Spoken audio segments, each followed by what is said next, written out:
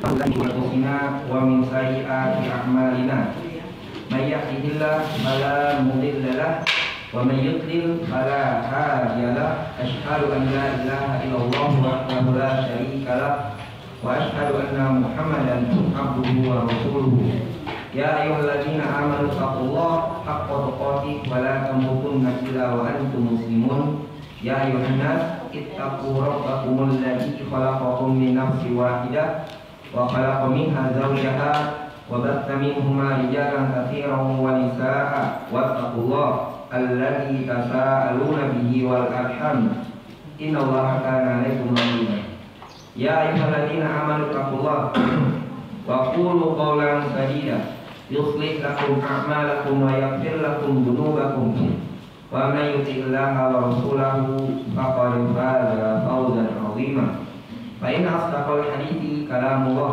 وخير الهدى هدى محمد صلى الله عليه وسلم وشر الأمور محدثاتها وكل محدثة بدعة وكل بدعة ضلالة وكل ضلالة في النار أما بعد. Alhamdulillah, segala puji dan syukur kehadirat Allah Subhanahu wa taala. Allah Subhanahu wa taala masih memudahkan kita untuk mencari kebaikan. Allah masih memudahkan kita untuk mempelajari ilmu agama, yang mana tidak semua orang Allah bisa beri kemudahan hal ini. Ada yang sehat, namun tidak Allah berikan hidayah waktu luang, sehingga apa? Ketika liburan memang pergi ke tempat yang lain. Ada yang pengen kajian, namun Allah berikan penyakit sehingga dia tidak bisa menghadiri majelis kajian. Sehingga kita bersyukur bisa menikmati dua nikmat, yaitu nikmat sehat dan nikmat waktu luang. Karena kebanyakan manusia tertipu dalam dua perkara tersebut. Nikmatani maqbumun fihi ma katsirun minan nas as-sihhatu wal faragh. Sebagaimana Nabi katakan, dua nikmat yang kebanyakan manusia tertipu, yang tidak bisa memanfaatkan nikmat tersebut, yaitu nikmat sehat dan nikmat waktu luang. Alhamdulillah, Allah masih memudahkan kita. Semoga kita termasuk yang disabdakan oleh Rasulullah SAW, "Mayuridillahu bihi khairan yufaqihu fiddin." Barang siapa yang Allah menginginkan kebaikan bagi dirinya, Allah mudahkan dalam masalah apa? Mempelajari ilmu agama. Baik, barakallahu fikum. Pada kesempatan Ahad pagi ini, ya, mari saya lanjutkan kitab Fadlul Islam, keutamaan agama Islam, karya Syekh Al-Mujaddid abad ini, yaitu Syekh Muhammad bin Abdul Wahhab rahimahullahu ta'ala. Ya, saya akan membawakan dua asar atau perkataan sahabat, ya, terutama dari sahabat Ubay bin Ka'ab radhiyallahu ta'ala anhu. Saya bacakan lagi. An Ubay bin Ka'ab radhiyallahu ta'ala anhu qala, "Alaikum bis-sabili wa sunnati, fa innahu laisa min abdin ala sabilin wa sunnatin dzakarallahu ta'ala wa fadat aynahu min khasyatillahi wa tamassuhu an-naru abadan wa laisa min abdin ala sabilin wa sunnatin dzakara rahmana wa khasha'ara jilduhu min makhafatillahi ta'ala illa kana masaluhu kamathali syajaratin yabisa waraquha fahiya kadzalika idza asabaha rihun fatahatta anha waraquha illa tahattat anhu khotoyahu kama tahatta an hadhihi syajarati waraquha wa in iqtisadan fi sabilin wa sunnatin khairun min ijtihadin fi khilafi sabilin wa sunnatin. Ya, salah seorang sahabat yang mulia itu Ubay bin Ka'ab radhiyallahu ta'ala pernah berkata, "Alaikum bisabil wa sunnah." Artinya apa? Hendaklah kalian, wajib bagi kita semua umat Islam berpegang teguh dengan sabil. Sabil itu artinya jalan yang lurus. Ya, sebagaimana sering kita minta tiap hari apa? Ya, ihdinas siratal mustaqim. Jalan yang lurus, bukan jalan yang mencang apa? Ke kanan ke kiri yang tegak, jelas lurus. Tujuannya biar lurus masuk ke surga. Kalau jalan yang mencang apa? Kanan kiri itu jalan-jalan menuju api neraka, ya. Jalan ke surga satu, tapi jalan menuju neraka banyak, kanan kiri banyak cabang-cabangnya. Hendaklah kalian berpegang teguh dengan siratal mustaqim, itu sabil, dan juga sunnah siapa? Sunnah Rasulullah sallallahu alaihi wasallam. Fa innahu laisa min abin ala sabil. Ini apa? Karena sesungguhnya siapa saja yang berpegang teguh, ya, berpegang teguh dengan siratal mustaqim, jalan yang lurus, dan sunnah Rasulullah sallallahu alaihi wasallam, kemudian dia senantiasa meneteskan kedua air matanya, ya, senantiasa menangis. Menangis karena apa? Bukan karena masalah ekonomi sih wajar, tapi apa? Yang paling utama menangis itu karena takut kepada Allah, ya. Jadi dia sering menatapi dirinya yang penuh dengan apa? Dosa. Takut karena dosa tersebut masuk ke dalam api neraka. Nah, kalau ada orang yang senantiasa menangis kepada Allah karena takut kepada Allah, maka neraka tidak akan menyentuhnya selama-lamanya. Maka api neraka tidak akan pernah menyentuhnya selama-lamanya. Terus menandakan kemana nih orang? Surga, ya. Semoga kita masuk surga, amin. Dan tidaklah seorang hamba yang berada di dalam jalan yang lurus dan sunnah Rasulullah, kemudian zakar rahman, senantiasa dia mengingat ar-Rahman. Mengingat ini maknanya berpikir, ya. Gimana dalam sholat, baca Quran, atau dalam sehari-harinya lah. Apalagi ada waktu luang, dia tidak bengong, tapi senantiasa mengingat Allah, berpikir kepada Allah. Wa qasya'ara jilduhu, kemudian kulitnya itu apa? Gemetaran, ya. Kulitnya itu kayak merinding, kan? Ya, merinding kulitnya. Merinding karena takut apa? Hantu, setan, takut kepada Allah, ya. Biasa kalau kita merinding malam-malam gimana? Pesan, ya. Tapi ini yang harus kulit itu merinding bukan karena iseng, takut sama setan yang atau yang makhluk-makhluk yang gaib gitu, tapi apa? Takut kepada Allah. Melainkan permisalan orang ini, ya. Jadi kalau kita merinding, takut kepada azab Allah, takut akan kekuasaan Allah, permisalannya seperti apa? Seperti pohon yang apa, kering daun-daunnya. Ya, pernah lihat nggak pohon yang kering? Ya, pohon yang kering daun-daunnya. Kemudian pohon itu diterpa angin. Apa yang akan terjadi kalau pohon kering daunnya diterpa angin? Daunnya berguguran.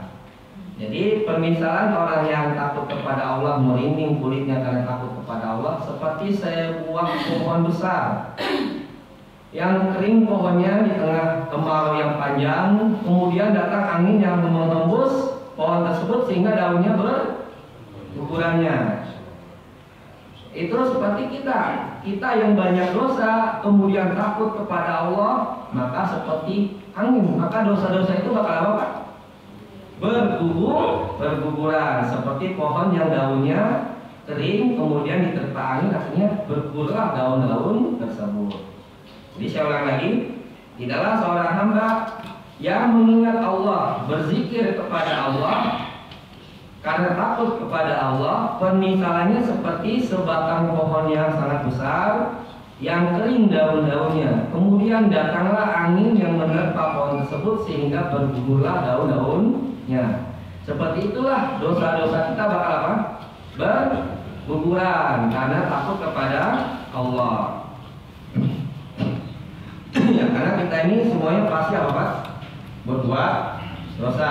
Ini sunnatullah, mustahil kita terlepas dari dosa. Nabi juga katakan, kullu bani Adam khata'. Setiap anak Adam pasti berbuat dosa. Wa khairul khata'in at-tawwabun. Sebaik-baiknya orang yang berbuat dosa adalah dia bertobat. Semua.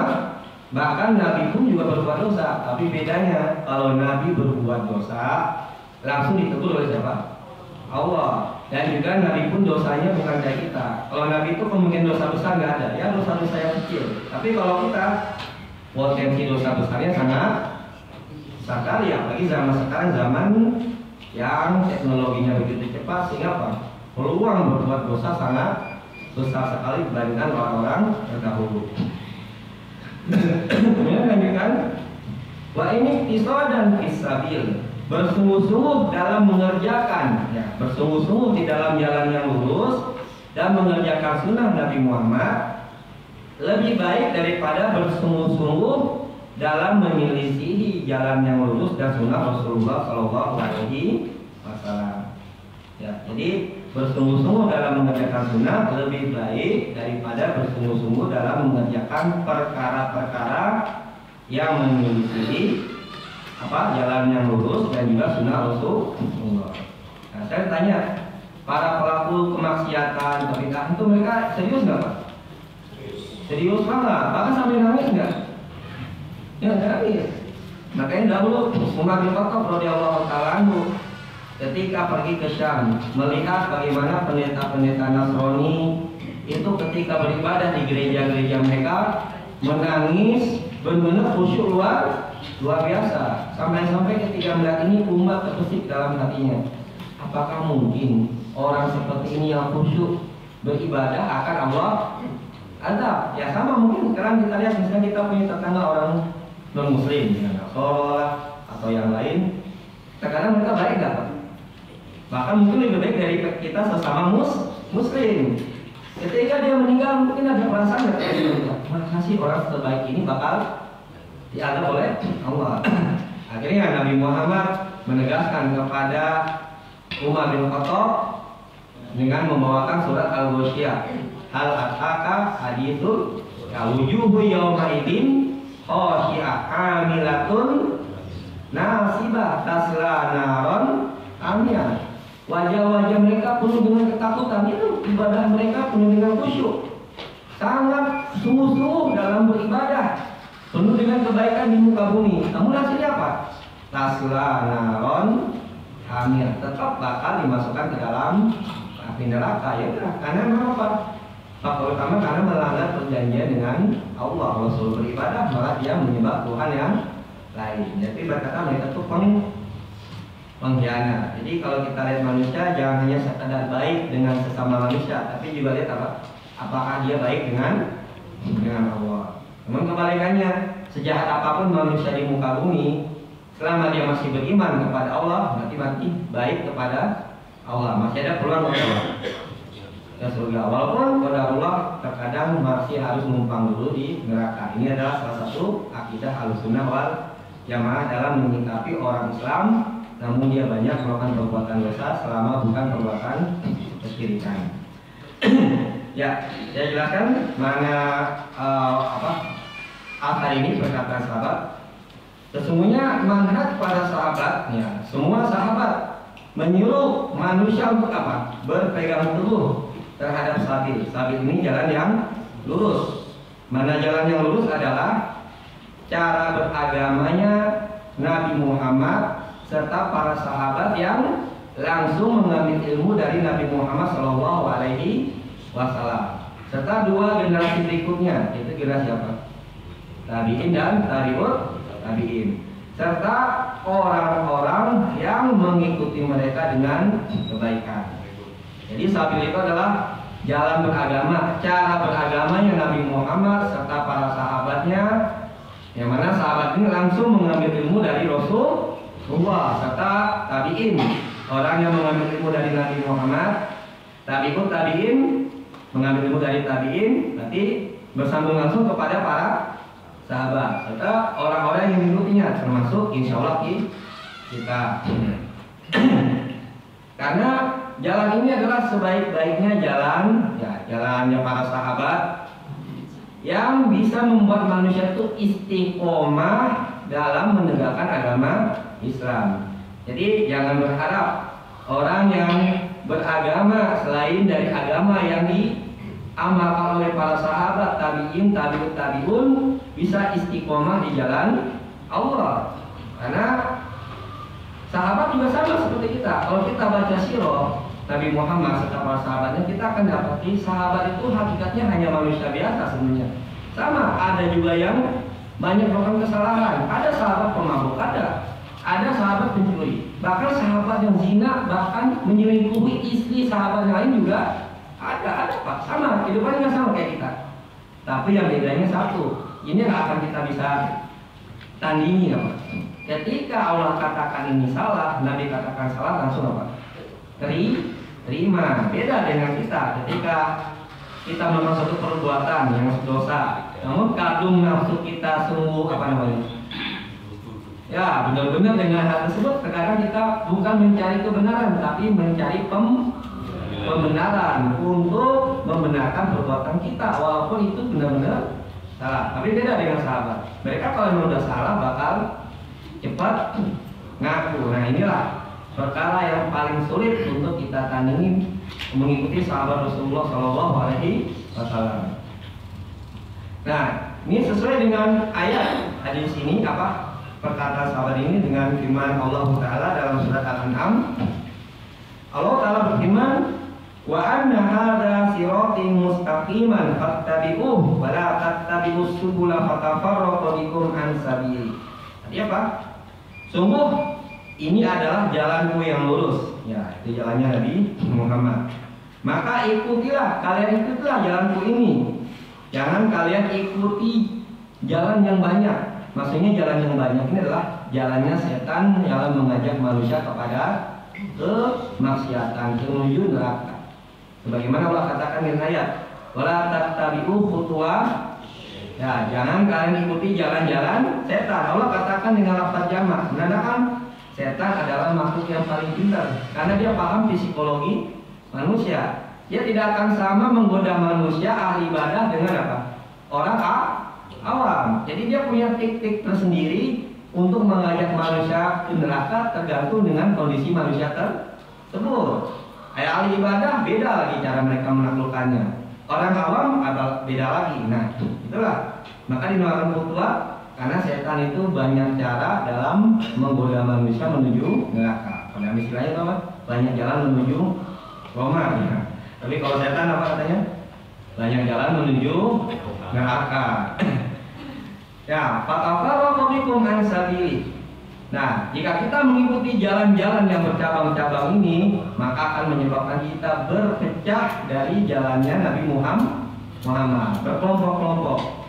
Makanya dalam Islam, kenapa kita dilarang berkelompok-kelompok tadi? Nah, kullu hizbin bima ladaihim farihun.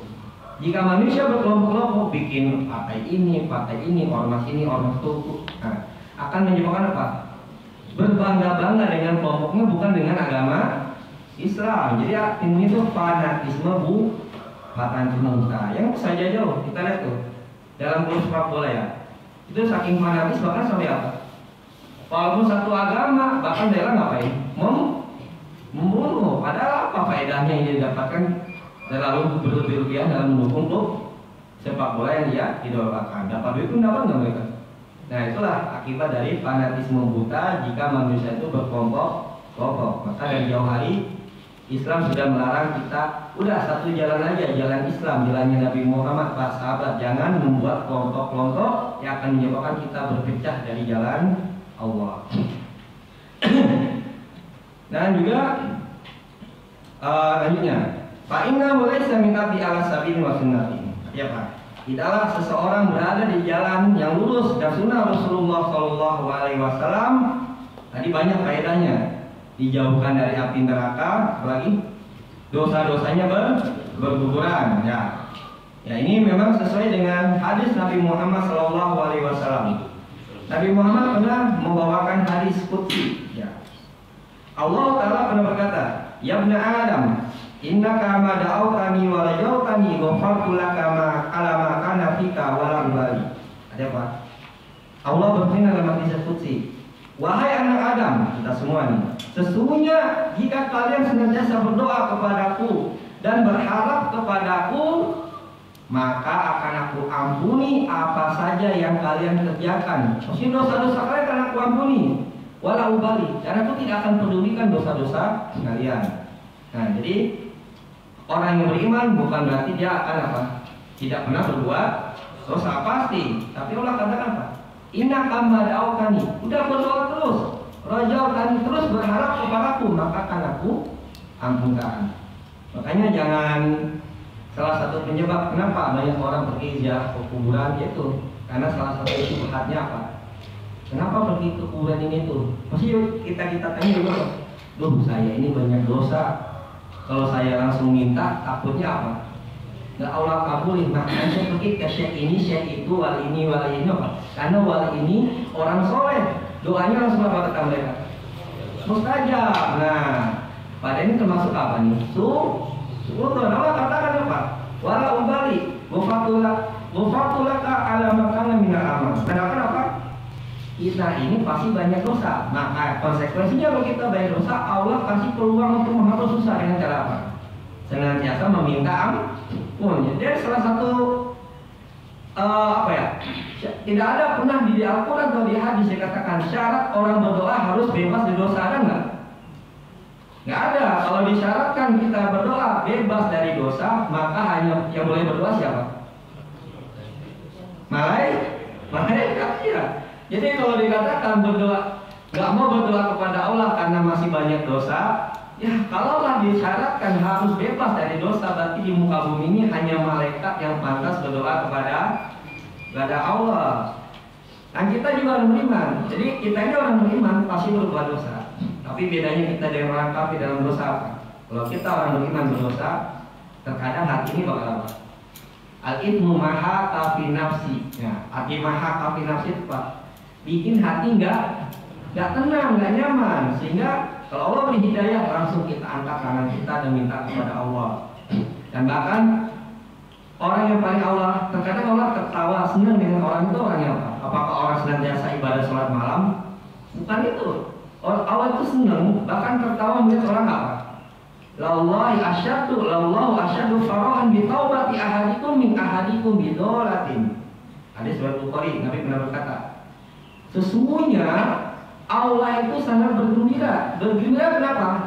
Bergembira karena seorang yang berbuat dosa bertobat meminta ampun kepada Allah. Bahkan lebih gembira dibandingkan dengan orang. Kenapa? Seperti orang, misalnya dia pergi ke orang di Arab, gambarannya. Dia pergi di tengah padang pasir dengan membawa onta dan perbekalan makanan dan minuman. Karena capek dan letih, berhentilah di oase, di pohon kurma. Capek, lelah, dia tidur. Dia lupa ngapain? Ngikat ontanya. Akhirnya ontanya gimana? Hilang. Ketika dia bangun, ontanya sudah lapar, haus. Gimana rasanya dia? Nyari sana keliling, akhirnya frustasi. Udah dia capek, tiduran. Pas dia bangun apa? Ternyata ontanya sudah di depan, matanya makannya masih ada, minumnya sudah ada. Senang nggak kayak gitu? Saking senangnya dia hadir sampai dia ngomongnya apa? Ya Allah, innaka ini Rabbuk. Sesungguhnya saya adalah Tuhanmu dan engkau adalah hambaku, ya. Balik nggak? Iya, sesungguhnya aku adalah hamba, engkau Tuhan. Tapi saking gembiranya malah dia berkata apa? Sesungguhnya aku adalah Tuhan dan engkau hambaku. Nah, saking gembira begitu, ya speechless rasanya. Begitu tinggi gembiranya sampai dia salah mau, malah ngomongin itu ukuran enggak. Nah, itu Allah lebih gembira dibandingkan orang seperti ini. Dan juga ayat ini, ya Ibnu Adam, lau balaghat dzunubuka anana sama summastaghfartani ghafartu laka wala ubali. Wahai anak Adam, kalau dosa kalian seluas langit, ya, kemudian minta ampun kepada aku, pasti nggak Allah ampuni? Pasti akan Allah ampuni. Lanjut lagi yang ketiga, ya Ibnu Adam, inna kalau ataitan bi qurabil ardi qadaya thumma laqitani la tusyriku bi syai'a la ta'itu bi qurabi amatiratan. Artinya, kira Tirmidzi, wahai anak Adam, jika kita nanti mendatangi Allah, ya, dengan membawa dosa sepenuh apa? Bumi, ya. Kemudian kita datang dalam keadaan dosanya banyak tapi tidak mengerjakan apa? Kesyirikannya. Jadi syaratnya apa? Sebanyak apapun dosa kita jangan sampai apa? Berbuat kesyirikan. Kemudian apa? Akan Allah ganti dengan apa? Ampunan pahala seluas apa? Seluas bumi juga. Impas nggak? Impas. Nah itulah makanya kita pasti banyak dosa, tapi Allah itu minta satu aja, jangan dikerjakan apa? Syirik. Nah, jadi dosa itu begitu banyak, tapi salah satu bentuk rahmatnya Allah kepada kita apa? Yang pastilah semuanya kita harus hindari. Tapi apa? Kita manusia karena suka khilaf. Jangan sampai khilaf berbuat apa? Syirik. Nah, jadi Allah itu minta cuma satu dari ribuan dosa, hanya satu dosa yang diwanti-wanti jangan sampai dikerjakan, yaitu dosa kesyirikan. Nah, termasuk ini juga nih. Ya sekarang di musim-musim kemarin 25, nanti satu itu toleransi apa? Kebablasan. Nah, hati-hati nih, ini termasuk kesyirikan tanpa disadari. Ya mungkin banyak orang menganggap ini kan cuma basa-basi doang ya, kita mengucapkan selamat hari raya mereka. Padahal hari raya penuh dengan kesyirikan. Padahal kalau kita lihat hadis Nabi Muhammad SAW, khususnya sebab turunnya 2 ayat. Ini pertama soal kafirun, yang kedua surat Az-Zumar ayat 65 dan 66. Kita akan mikir ribuan kali untuk mengucapkan selamat, bukan hanya yang kemarin 25 Desember atau tanggal 1. Ini masih satu runtutan, Pak. Jadi jangan sampai ada orang ketika tanggal 25 dia nggak mau mengucapkan selamat datang. Kamu tanggal 1 yang mengucapkan apa? Sama aja, karena ada tahun baru satu paket, jangan kita. Ya diriwayatkan oleh dalam tafsir Imam Abi Hatim Nabi Muhammad SAW ketika turunnya surat Al-Kafirun dan satu lagi surat Az-Zumar ayat 65 dan 66. Ya, ini sebab turunnya langsung dua surat Allah turunin. Al-Kafirun secara utuh 5 ayat dan Az-Zumar ayat 65 dan 66. Jadi orang musyrik ketika masih di Mekah ini udah frustasi dengan dakwanya Rasulullah. Apapun cara semuanya sudah. Yang pertama dikerjakan orang musyrik itu cara kekerasan. Namun umatnya Muhammad semakin pertama semakin kurang. Walaupun ditekan secara fisik, secara kekerasan, tetap aja nggak bakal hilang-hilang dakwah, tidak berhenti dakwah Rasulullah. Dan mikir.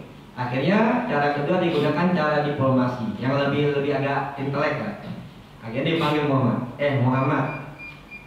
Ente mau nggak ane tawarin wanita yang paling cantik di kota Mekah? Mau nggak ente kami tawari jadi dapat jabatan tinggi di kota Mekah dan harta yang paling banyak? Nah, namun syaratnya satu. Udah stop deh, ente jangan suka menjelek-jelekan Tuhan kami. Jangan lagi engkau menjelekkan Lata, Mana dan Uzza. Udah jangan lagi engkau mengucapkan kata-kata yang tidak pantas bagi Tuhan kami. Nah, dia tawarin itu. Nabi Muhammad terima nggak? Salah. Udah, kalau yang tinggal terima dah. Kami kasih opsi kedua. Opsi kedua apa? Yaudah deh. Kami akan beribadah kepada Tuhan kamu selama setahun. Tapi ada cashbacknya juga. Apa cashbacknya? Gantian kamu setelah 1 tahun kami ibadah, kamu gantian. Jadi ibadahnya apa? Selang-seling, toleransi lah kalau bahasa itunya. Apa kata Nabi Muhammad? Tunggu sampai Allah Tuhanku menurunkan ayat dari langit tentang ini semua. Akhirnya langsung 2 surat turun. Surat pertama yang kita sudah hafal, Qul ya ayyuhal kafirun. Bayangin di surat itu diulang-ulang. Wahai orang-orang kafir, la a'bud, aku tidak akan menyembah apa yang kalian sembah, dan kalian pun tidak akan menyembah apa yang aku sembah. Diulang lagi, aku tidak akan menyembah apa yang kalian sembah, dan kalian pun tidak akan menyembah apa yang aku. Diulang-ulang nih, bayangin. Nabi katakan, aku tidak akan menyembah 2 kali. Kalian pun juga tidak akan menyembah Tuhanku. Terakhir, lakum di hukum waliyadi. Itu soal kafirun. Nah, sekarang ini yang lebih agak menyenangkan nih. Biar kita hati-hati, jangan kita terlalu lembek. Akhirnya apa? Agama digadaikan. Allah Ta'ala berfirman dalam surah Az-Zumar ayat 64 dan 65 sampai 66. Ini ayat ini turun tadi barengan sama surah Al-Kafirun. Qul afa ghairallahi ta'muruni a'budu ayyuhal jahilun. Artinya apa? Wahai Muhammad, katakan kepada orang-orang musyrik, apakah selain Allah kalian menyuruh aku untuk menyembah mereka? Nah, jadi Allah dengan tegas menyuruh Nabi Muhammad, ayyuhal jahilun, apa yang jahilun? Enggak jelas kan, bukan kopi, orang bodoh. Jadi kami ngomong, orang bodoh, apa kalian menyuruh aku menyembah selain Allah? Ini menandakan Allah kesal nggak sama mereka? Bahkan dengan lapar bodoh yang bukan gitu dan seterusnya. Terus lanjut lagi, walaqad uhiya ilaika, wahai Muhammad, sungguh telah diwahyukan kepada engkau dan nabi-nabi sebelum engkau. Lain asyrakta, masih ingat ya ini? Jika engkau berbuat syirik, jadi menandakan apa? Toleransi dalam berbuat apa? Bermudah-mudahan dalam masalah peribadatan termasuk perbuatan apa? Syirik. Nah iya, jadi jangan dianggap syirik itu hanya sekedar berpatung sujud. Bahkan toleransi kebablasan dalam masalah beribadah, kita menghormati ibadah sampai ikut berpartisipasi dalam ibadah mereka termasuk perbuatan syirik, walaupun kita masih beribadah kepada Allah. Jadi lain asyrakta, jika engkau berbuat kesyirikan, mustahil Nabi Muhammad berbuat syirik. Layah baton na'amaluka, pasti akan apa? Hapus, musnah semua amalan kau dan kau lagi neraka akan menjadi orang yang merugi. Balillah fa'bud, Allah semata yang harus disembah. Wa kum minasyakirin, dan jadilah engkau termasuk orang-orang yang bersyukur kepada Allah Subhanahu wa Ta'ala. Nah ini jadi bukan hanya sekarang aja, karena di Indonesia kita termasuk apa? Banyak agama ya. Kita nggak boleh toleransi dalam mengucapkan selamat. Lagian juga nggak kita mengucapkan selamat, mereka tetap ibadah nggak? Ibadah mereka tetap jalan nggak? Iya, jadi mereka sebenarnya kita mengucapkan itu tidak akan berpengaruh terhadap ibadah mereka.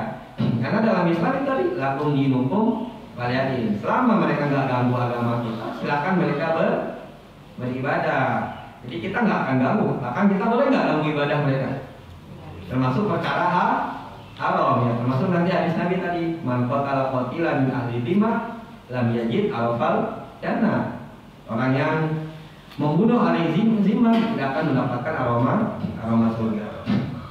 Ya, sekarang kita lanjutkan kembali. Maka hadis ini, ayat ada perkataan sahabat tadi menunjukkan atas agungnya berpegang teguh kepada manhaj para nabi dan juga para sahabat. Yang mana para sahabat Nabi Muhammad SAW, manhaj mereka adalah menyuruh manusia kepada jalan Allah Subhanahu wa Ta'ala. Maka wajar mereka semua termasuk golongan yang Allah apai? Ridhoi. Ya, jadi sekarang mulai lagi lah orang Syiah itu masih suka apa? Ngomporin biar apa? Kita membenci dengan siapa? Abu Bakar, Umar dan Utsman. Masih sampai sekarang mereka masih.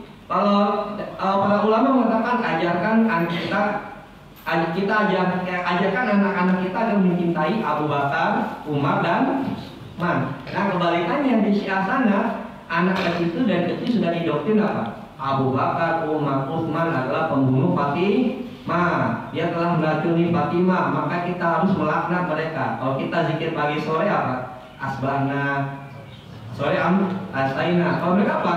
Zikir pagi dan sorenya Allahumma an'an Abu Bakar, Allahumma an'an Abu Julamin lari. Jadi zikir pagi sorenya malah melaknat Abu Bakar, Umar, Utsman dan Aisyah radhiyallahu taala anhu.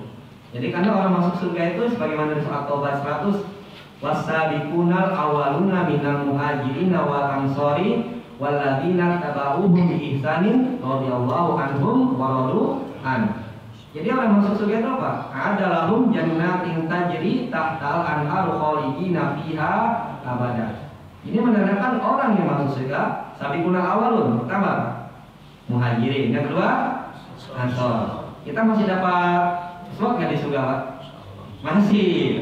Yang pertama kita mungkin nggak masuk kelompok pertama ini, nggak mungkin, meninggal. Yang kedua nggak mungkin juga ada meninggal. Kita kemungkinan hanya bisa masuk ke kelompok ketiga, Pak. Walladzina tabauhum bi ihsan, dan orang yang mengikuti mereka dengan kebaikan. Nah, karena zaman ini banyak sekali syubhat yang muncul dari banyaknya jalan-jalan kesesatan. Sehingga orang yang selamat adalah dia mengembalikan segala perkara agama, segala pemahaman kepada jalannya para sahabat Nabi Muhammad SAW. Maka ketika zaman dahulu, khususnya zaman A'immatul Arba, siapa?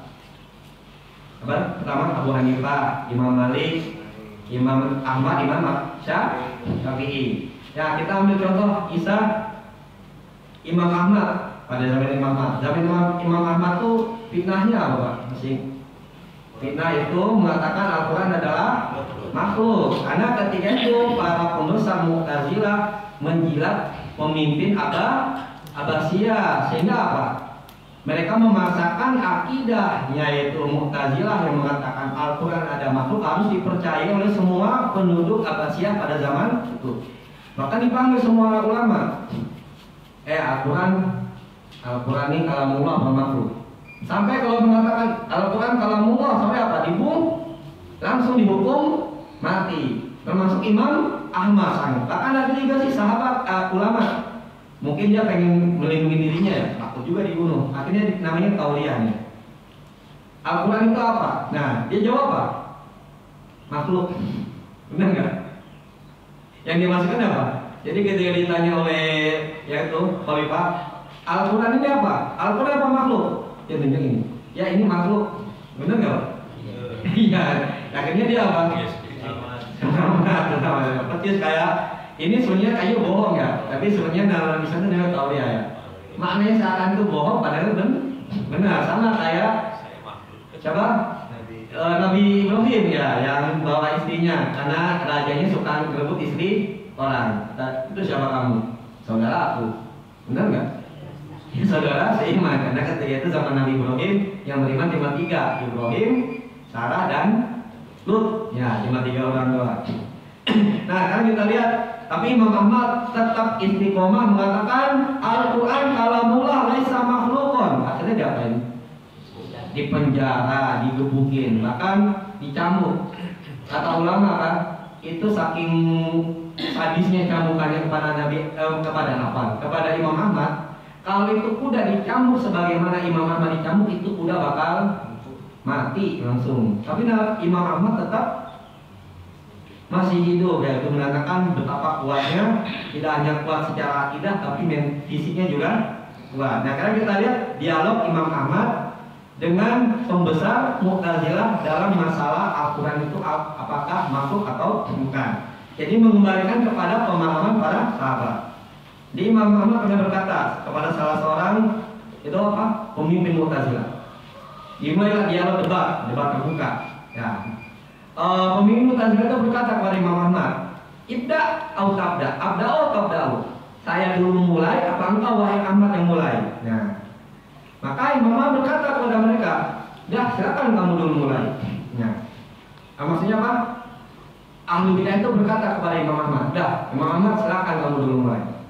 Imam Ahmad itu nggak banyak-banyak yang nanya, apakah yang kalian seru ini, yang kalian katakan Al-Quran adalah makhluk, pernah didakwahkan oleh Nabi Muhammad dan juga para sahabatnya? Apa kata ahli bidah? Nggak pernah. Ya.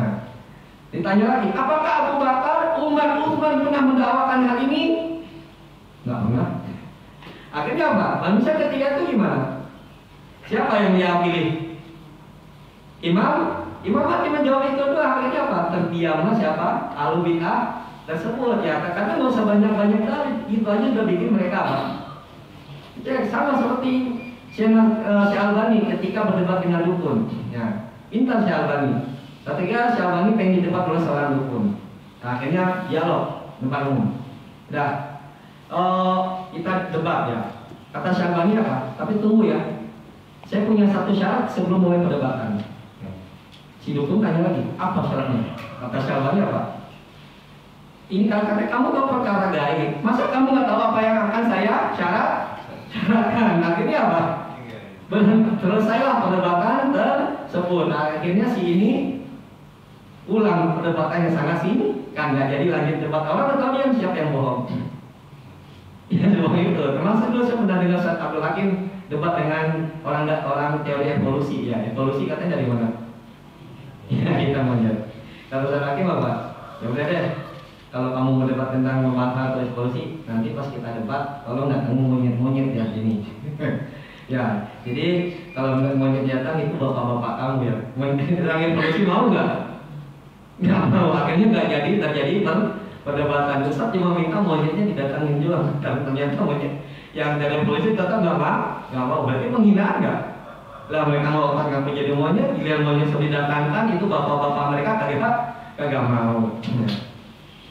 Nah, sekarang kita lanjutkan kembali.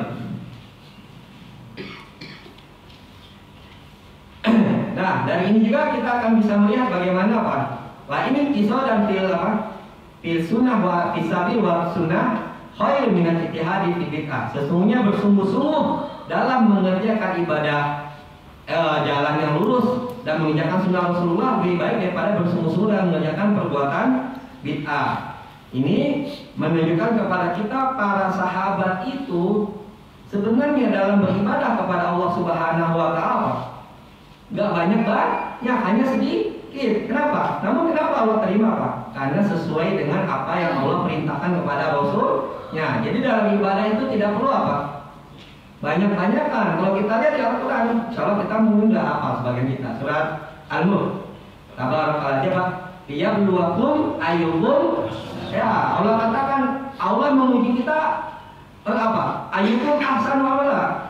Ahsanu apa aktsar? Yang lebih baik ini menandakan apa? Sedikit tidak apa-apa, yang penting sesuai dengan sunnah Rasulullah Shallallahu Alaihi Wasallam. Jadi dalam Islam kita itu bukan dituntut mengerjakan apa? Banyak, tapi sedikit saja dikerjakan itu lebih baik dan akan Allah lebih terima. Makanya dahulu pernah seorang tabi'in itu Hasan al-Basri pernah ditanya seseorang bertanya tentang ibadahnya para sahabat Nabi Muhammad SAW. Ada orang bertanya kepada Hasan al-Basri, kenapa sih sahabatnya Nabi Muhammad itu lebih utama dibandingkan tabi'in? Padahal kalau lihat dari ibadah, lebih banyakkan ibadahnya siapa? Tabi'in dibandingkan ibadahnya para sahabat. Ya. Makanya kalau kita lihat di hadis Nabi Muhammad, bahkan ada sahabat, ya Rasulullah, dulani alamalin, apa? Tunjukkan aku suatu amalan. Jika aku mengerjakan, aku akan masuk surga. Karena Nabi cuma itu mustaqim. Bahkan ada sahabat berkata kepada Nabi, idza sholaitul maktubah, jika aku cuma sholat 5 waktu. Wa sumtu Ramadan, aku puasa Ramadan. Wa halaltu ma halallah, aku halalkan apa yang Allah halalkan. Wa haramtu ma haramallah, aku haramkan apa yang Allah haramkan. Wa azid ala dzalika syai'an, enggak akan aku tambah lagi. Adkhulul jannah, apakah aku akan masuk surga? Kata Nabi apa? Nah, iya aja, betul. Iya, kamu akan masuk surga. Menandakan sahabat ini ibadahnya apa? Cuma 5 waktu doang, sunahnya pun gak pernah. Malamnya tetap tidur, jangan sholat malam. Puasa pun cuma puasa Ramadan doang, puasa sunnah gak pernah. Tapi dia istiqomah. Allah berikan apa? Surga. Dibandingkan sebagian kita ya, kita semua termasuk kita kadang-kadang Pak, kalau lagi ada suatu masalah, rajin sholat malam nggak? Rajin. Ternyata Allah kabulin. Besoknya sholat malam nggak Pak? Ya, subuh aja masih bagus ya. Ya itulah banyakkan kita. Makanya kata Hasan al-Basri, kita ditanya, kenapa sahabat itu lebih utama dibandingkan tabi'in? Padahal mereka apa? Ibadahnya lebih sedikit dibandingkan tabi'in. Kata Hasan al-Basri menjawab, ulaika ta'abbadu wal akhiratu fi qulubihim. Para sahabat ketika beribadah langsung akhirat ada di hati mereka. Dan nih kita termasuk kita semua nih. Wa haula'i, dan selain mereka ta'abbadu wa dunya fi qalbihi. Kita semua nih, saudara sahabat, ketika beribadah artinya masih penuh dengan apa? Ya benar nggak? Ya coba Allahu Akbar. Terkadang yang duit hilang bisa ingat lagi. Apalagi nih zaman-zaman medsos, kita lagi main Facebook, tiba-tiba kita debat sama orang pas sholat. Pas lagi sholat ya ingat ngapa? Cara gimana ngalahin debatnya itu benar. Jadi sahabat ketika sholat ibadah, udah dunia langsung hilang, benar-benar akhirat di hatinya. Lah kita ibadah aja perkara dunia masih. Iya ya, ibu misalnya masih mikirin siapa, suami saya gaji turun lagi. Ya kalau si bapak mikir isi cerewet banget, nah itulah kita semua. Ya benar nggak? Iya, yang ibu-ibu mikirin suaminya gaji gak naik, jabatannya naik lah. Si bapak mikirin capek di rumah, ibu marah-marah mulu. Nah, sekarang kita lihat fawaid dari hadis yang mulia ini tentang berpegang teguh di atas sunnah. Nah,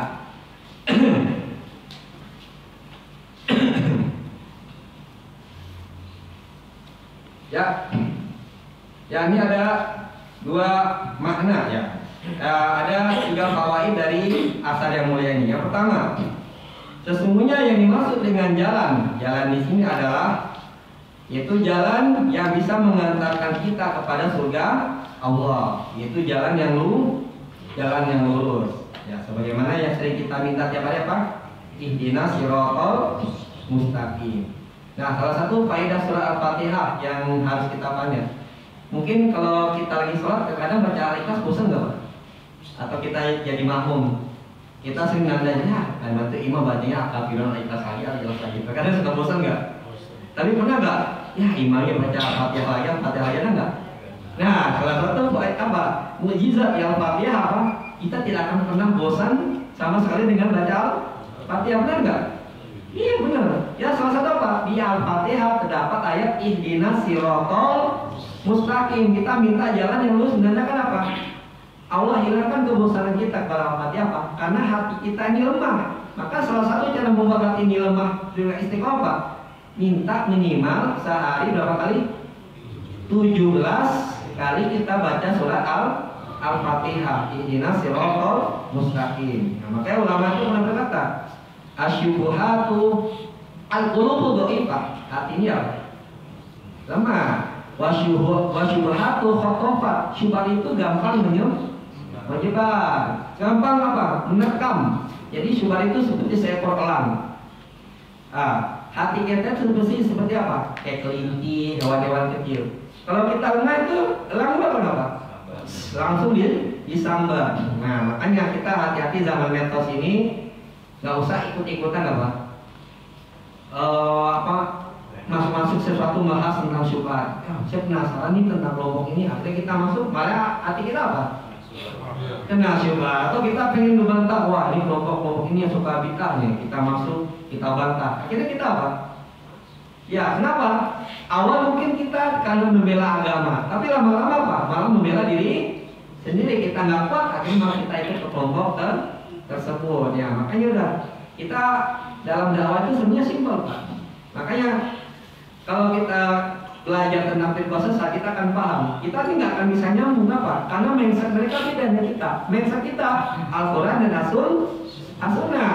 Jadi kalau kita dikabarkan tentang perkara ini dari Al-Quran dan As-Sunnah, insya Allah kita terima. Mereka enggak.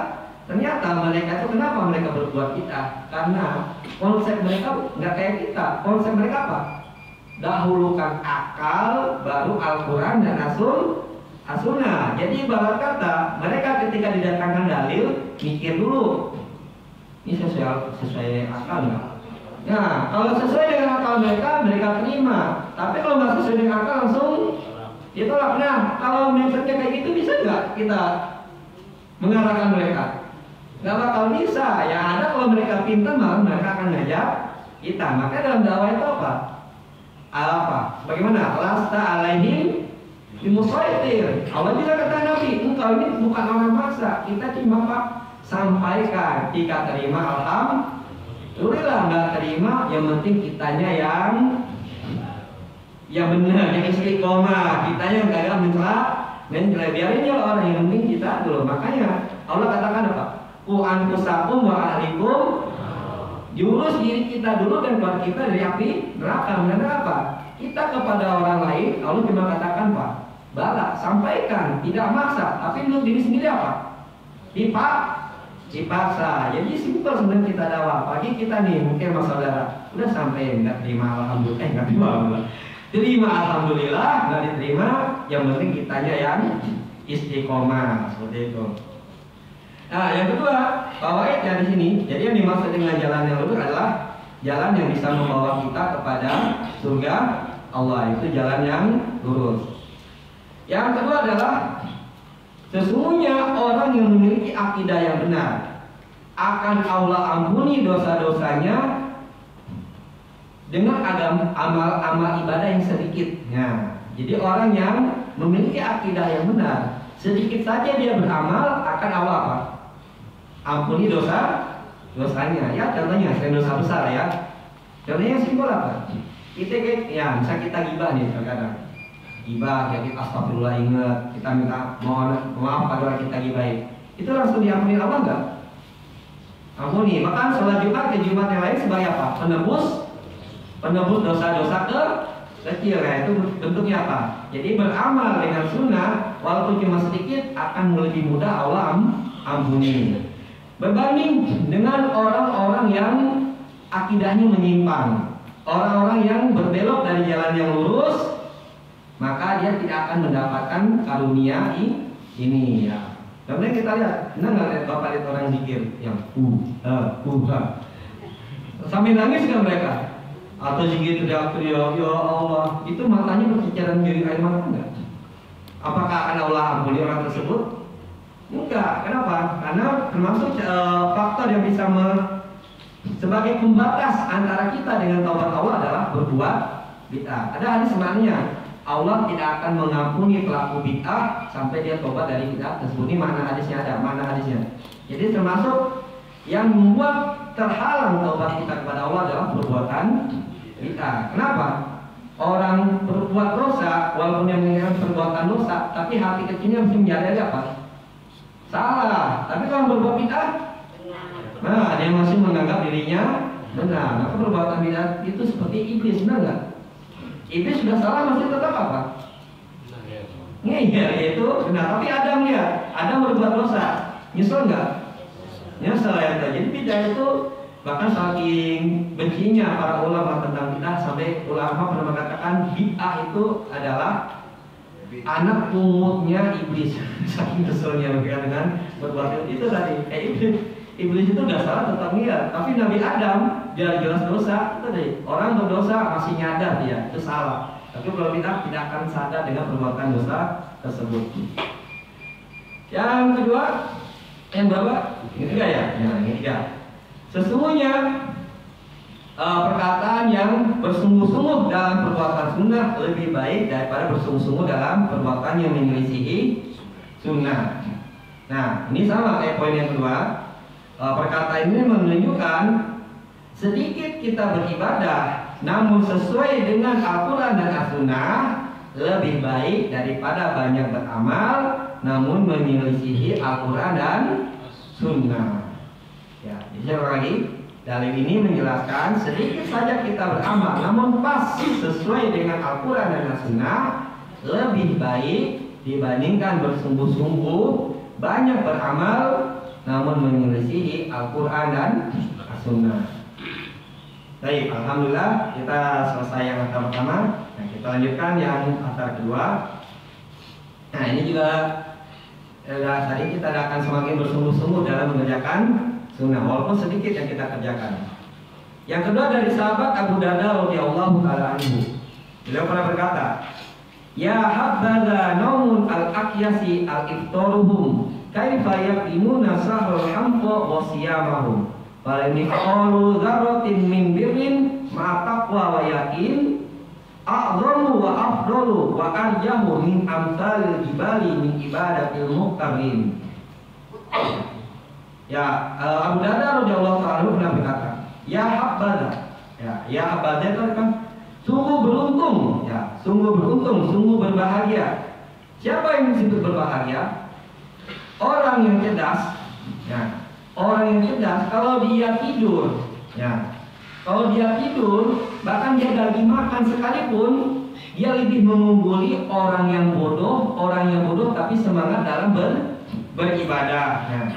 Jadi kalau ada orang cerdas ini maksudnya apa? Dia beramal dengan Al-Quran dan As-Sunnah. Dia tidur, dia makan, itu dia lebih mendapatkan pahala yang lebih banyak dibandingkan orang bodoh. Namun dia apa? Dia bodoh dalam beribadah. Ya, jadi ada orang bodoh, dia puasa, sholat malam. Namun ada orang yang sedikit ibadahnya, namun dia sesuai dengan sunnah. Dia tidur, dia makan. Mana yang lebih besar pahalanya, Pak? Iya, tidur aja dapat apa? Pahala. Mungkin pas tidur dia wudhu dulu, berdoa, langsung tidur. Bangunnya sebelum subuh, bisa berpikir. Walaupun sholat malamnya nggak 12 rakaat. Kemudian dia makan baca bismillah. Makannya yang halal, kenyang, alhamdulillah. Lebih memulia apa? Orang bodoh dia sholat malam pun, bahkan sholat malamnya ada sholat apa biasa tuh? Yang sholat apa? Ya berapa itu, Pak? 1000 rakaat ada kan? Ya dulu saya pernah juga ada juga dia orang ke Mekah tuh sholat naik 1000 rakaat. Ya sholat antara apa tuh? Maghrib bisa ya? Sholat terus itu berapa rakaat tuh? Nah orang ya mungkin dia nggak sanggup sholat malam 11 rakaat. Dia bangun jam 4 mepet subuh. Karena nggak sanggup dia cuma sholat 1 rakaat. Mana yang lebih berpahala? 1 rakaat. Mungkin dia nggak sanggup pula sholat malam. Bangunnya pas sholat subuh. Tapi sebelumnya dia sholat 1 rakaat sebelum tidur. Mana yang lebih dapat pahala? 1 rakaat habis itu tidur bangun pas azan subuh, dibandingkan orang rajin sholat malam namun sholat malam ini tegakkan bukan dapat dasar ilmu. Nah, jadi sekali lagi sungguh berbahagia orang-orang yang cerdas dalam makan dan tidurnya, yang mengumpuli ibadahnya orang bodoh dalam ibadah puasa. Ya. Sebagai kebaikan yang beratnya cuma sebesar zarah, ya. Sesungguhnya kebaikan yang besarnya sebesar zarah.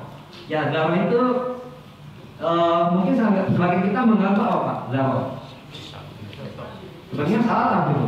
Yang benar itu berdasarkan hadis Nabi yang lain, zarah itu artinya adalah semut kecil berwarna hitam berjalan di atas batu hitam di tengah kegelapan malam yang tidak ada cahaya bulan. Pernah lihat nggak Pak? Semut hitam berjalan di atas batu yang berwarna hitam di tengah malam yang tidak ada cahaya bulan.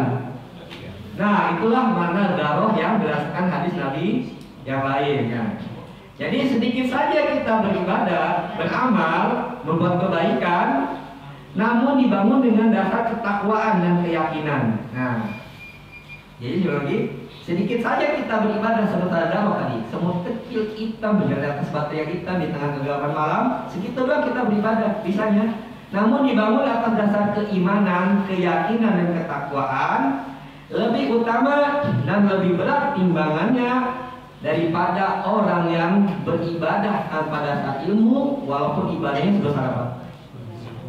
Gunung. Nah, jadi kalau kita belum Pak di sunnah, kita mengerjakan sunnah itu sebenarnya ibadah kita akan semakin apa? Efisien. Contohnya aja, saya kalau lagi pergi kemana-mana ya, bisa berhenti di rest area, terus saya bisa perhatiin orang-orang tuh. Kayaknya ini sholatnya itu apa? Tetap 4 rakaat. Udah itu apa? Enggak dijamak. Kalau kita misalnya punya sunnah enak nggak? Iya udah dua, nggak perlu lagi di sholat dengan sunnah. Bapak karena saya betapa nikmatnya sunnah Nabi Muhammad tadi misalnya perjalanan. Misalnya Bapak mau pergi ke Bandung, misalnya transportasi cepat ya. Pergi ke Bandung misalnya jam 11, pergi naik bus ya. Nanti di Bandung jam 12 ya. Sholat, boleh nggak dijamak beri kosor? Ya, ternyata di Bandung cuma sebentar doang, lulus hanya 2 jam. Pulang lagi jam 2, naik bus lagi. Nyampe di rumah jam 3, naik Grab. Ternyata pas nyampe di rumah jam setengah 4. Enakan tidur apa sholat di masjid? Tidur aja karena nggak perlu lagi sholat karena sudah dijamak. Coba kita nggak dijamak sholatnya. Kita udah nyampe rumah walaupun naik kendaraan apapun rasanya mager nggak? Sholat pun akan dengan terpaksa dan beban ya. Walaupun segampang pun salat tarawih kita tetap dasar Nabi as-safar atau minal adab. Safar itu adalah potongan adab. Nah, itulah betapa mudahnya kita dalam diberikan ibadah oleh Allah Subhanahu wa taala. Itu tadi contoh yang simpel yang terkadang kita lupakan dalam kehidupan kita sehari-hari. Nah, kalau kita lihat hadis ini riwayat Abu Darda. Nah, Abu Darda ini termasuk sahabat yang paling suka merenung ya. Jadi suatu ketika istrinya itu Ummu Darda pernah ditanya oleh seseorang, wahai Ummu Darda, ya, apa sih ibadah yang paling sering dikerjakan oleh Abu Darda? Maka dijawab, Abu Darda itu suka merenung dan memikirkan apa segala macam kekuasaan. Jadi dia tuh mikirin apa keagungan kekuasaan Allah Subhanahu wa taala. Ya walaupun terkadang istrinya sampai cemburu ya. Ini Abu Darda itu saking rajinnya ibadah, istrinya sampai apa? cemburu. Sampai di sini dicuekin. Akhirnya apa? Dicari siapa ya teman suami saya bisa nyadarin gitu. Akhirnya di apa? Salman Al-Farisi ditanya. Akhirnya dinasihatin, akhirnya Abu Darda ya kayak ibu lah. Misalnya ibu punya suami agak nyebelin ya. Terkadang istri kalau ngomong nggak bakal didengar. Cari siapa teman terdekat suami ya. Kalau nggak bisa ngomong ya ngomong sama istrinya, suaminya, temennya, sampein ya. Teman itu nyadarin. Nah itu termasuk sunnah Rasulullah. Kalau memang kita sebagai istri nggak sanggup nasihatin suami, nyari siapa? Orang terdekat. Karena memang terkadang orang terdekat teman itu lebih menerima dibandingkan saudara sendiri. Ini sebagaimana termasuk apa amalan para salaf. Ya. Jadi hadis yang mulia ini menunjukkan kepada kita sesungguhnya seorang hamba ya dia senantiasa tidur di tengah malam, bahkan di pagi hari jarang puasa ya. Namun dia beribadah sesuai dengan apa yang Allah Subhanahu wa taala ajarkan. Walaupun bukan berarti mengatakan di sini apa kita tidak mengerjakan ibadah sunnah. Tetap mungkin ibadah sunnahnya yang ya simpel aja. Misalnya qabliyah ba'diyahnya tetap dia kerjakan. Puasanya ya mungkin dia masih sanggup puasa Senin, Kamis, ataupun nggak sanggup misalnya puasa selain Ramadan yang paling tekanan apa? Bukan ya biasanya masih tahunan juga. Muharramnya masih apa ya Asyura. Nah, jika dia kerjakan sesuai dengan apa yang dan sholat malam pun tetap dia kerjakan minimal berapa? 1 ya. Makanya termasuk nikmatnya sholat malam tidak boleh ditambah tapi boleh dikurangi. Nah, makanya sekarang saya agak ini juga kalau ribut. Udah sholat tarawih itu berapa? Udah. Apa katanya Mas? Boleh lah 25.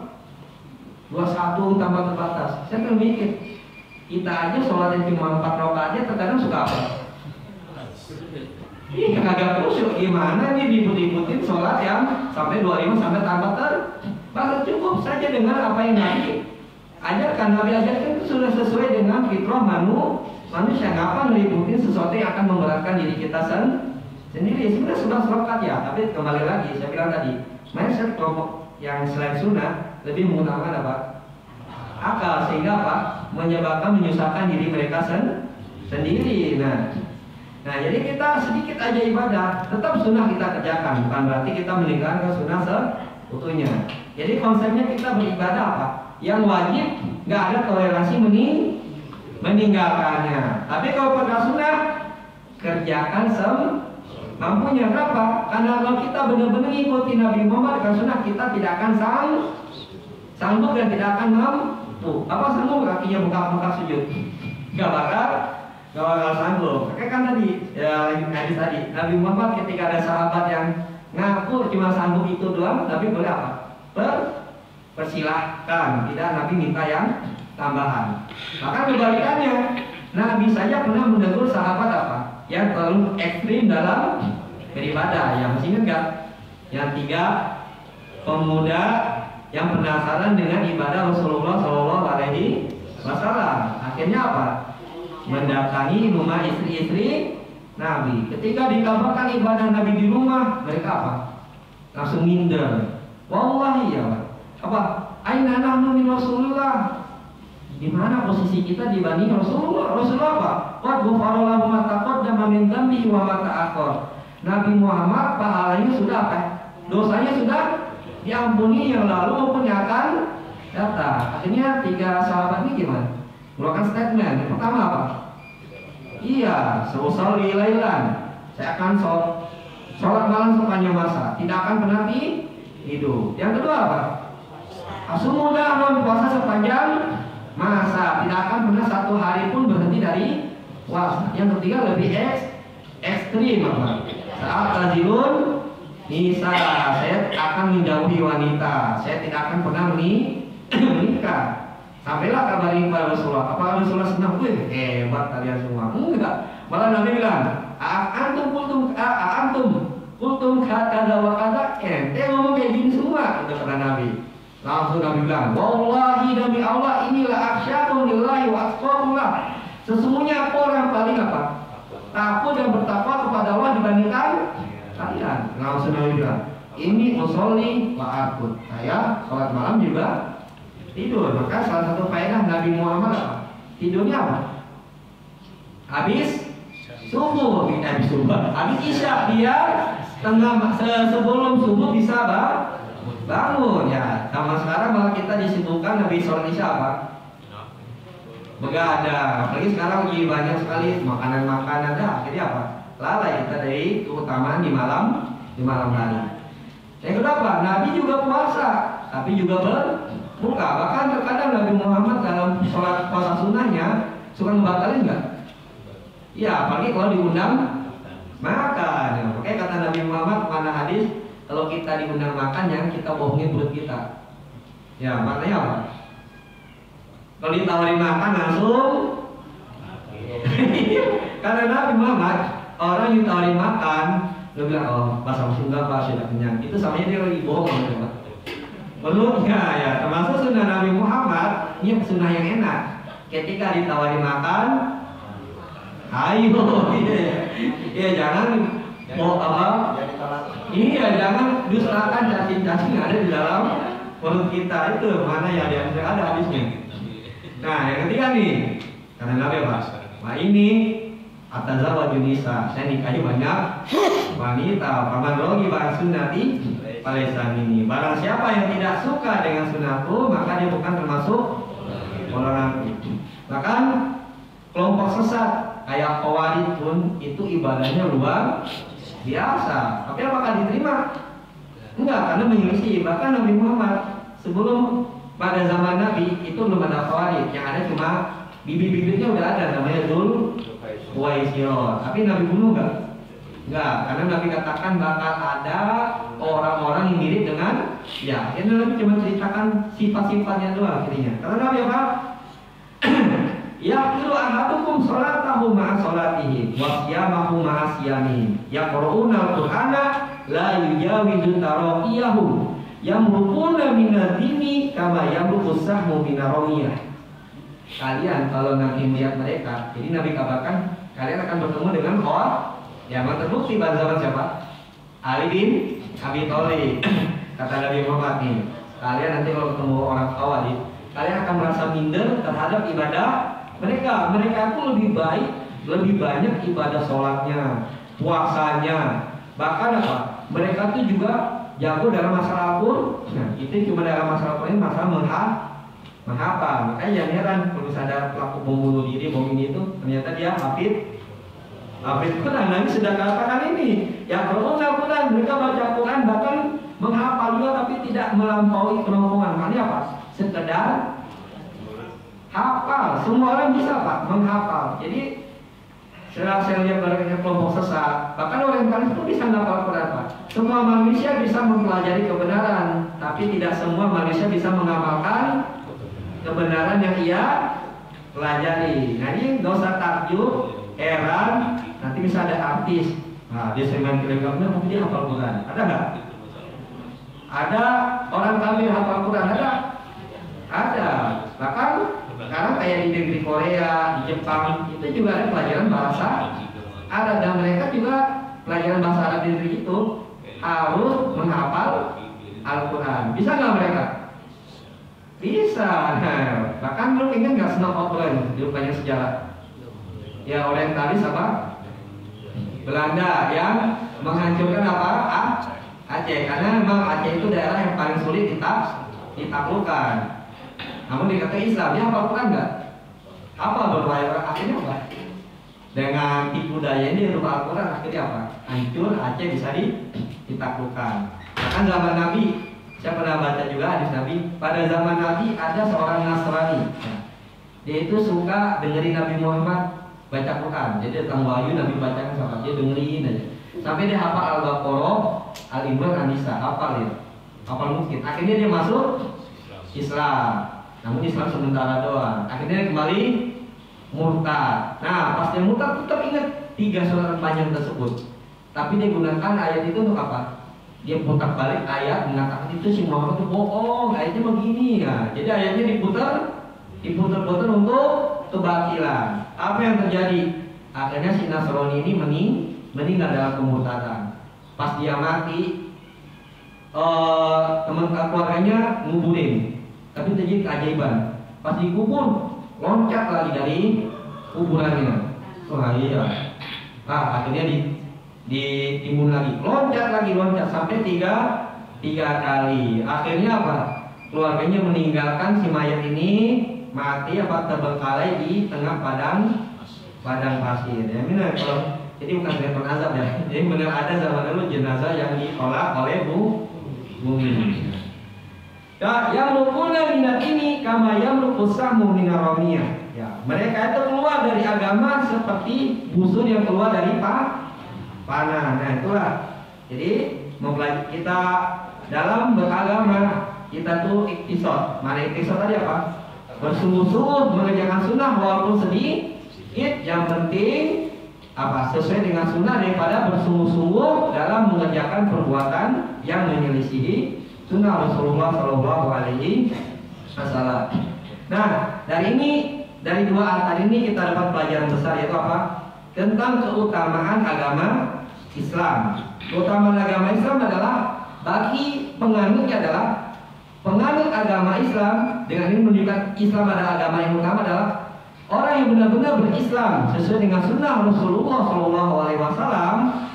Walaupun sedikit dia beramal, namun dia beramal dengan ikhlas dan sesuai dengan sunnah Rasulullah Shallallahu Alaihi Wasallam, maka akan Allah terima amalan tersebut dan lebih utama dibandingkan orang yang bersungguh-sungguh banyak-banyakkan dalam beribadah namun menyelisih Al-Quran dan As-Sunnah berdasarkan pemahaman para sahabat. Ya.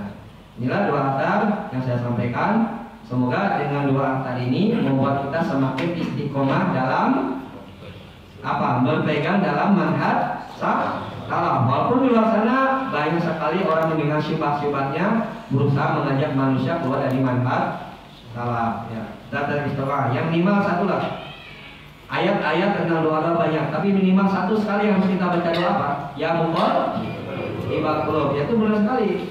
Bahkan Ibnu Abbas dalam hadis pernah berkata kepada Nabi Muhammad, "Ya Rasulullah, kenapa engkau bukan Ibnu Abbas, tapi Imam Malik, Anas bin Malik pernah bertanya kepada Rasulullah, "Wahai Rasulullah, kenapa engkau banyak membaca doa ini padahal kami masih ada di sekitar engkau?" Mana sahabat imannya kuat enggak?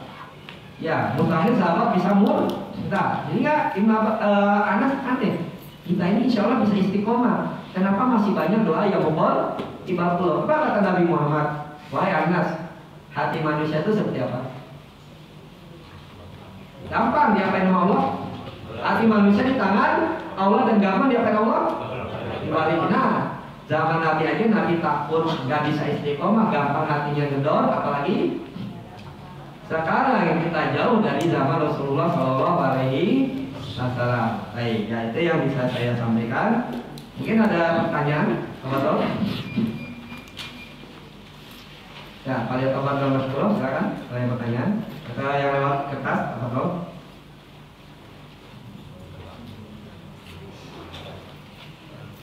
Baik, ya, barakallahu fikum. Ya, syukran, jazakumullahu khairan atas perhatiannya. Semoga Allah Subhanahu wa taala memberikan kita istiqomahan dan apa yang kita pelajaran ini bisa kita amalkan dan juga bisa kita ajarkan kepada orang yang terdekat kita. Barakallahu fikum.